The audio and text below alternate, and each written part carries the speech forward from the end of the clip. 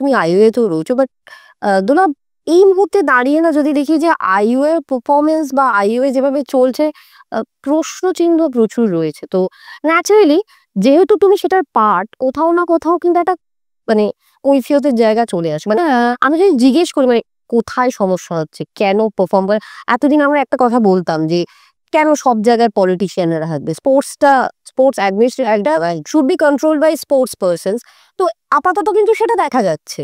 বিভিন্ন সেক্টরেই আমরা এআইএফএ বলো, আইইউএ বলো, আমরা কিন্তু স্পোর্টসম্যানদেরই কন্ট্রোল করতে দেখছি। কিন্তু আম কোথায় সেই ডেভেলপমেন্ট বা সেই অ্যাক্টিভিটিসটা কেন যেটা তুমি বলছো একদম সেই জায়গাটা আমিও এগ্রি করছি। কেননা আমরা যখন আসি আইইউএ মানে পুরো ম্যাক্সিমামই স্পোর্টস ফ্র্যাটার্নিটির সকলকে রাখা হলো। ওপরে যাকে রাখা হলো তার নামেতে তার এটাই একটা আলাদা জায়গা পিটি ঊষা।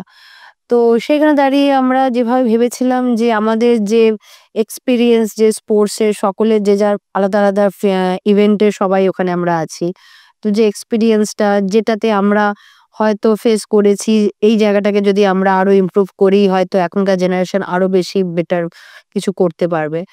তো বাট সেইভাবে কাজটা করতে পারছি না আমরা, বা করতে মানে হয়ে গেল আমাদের টেনিওর শেষই হতে কোথায় চললো। সমস্যা কোথাও?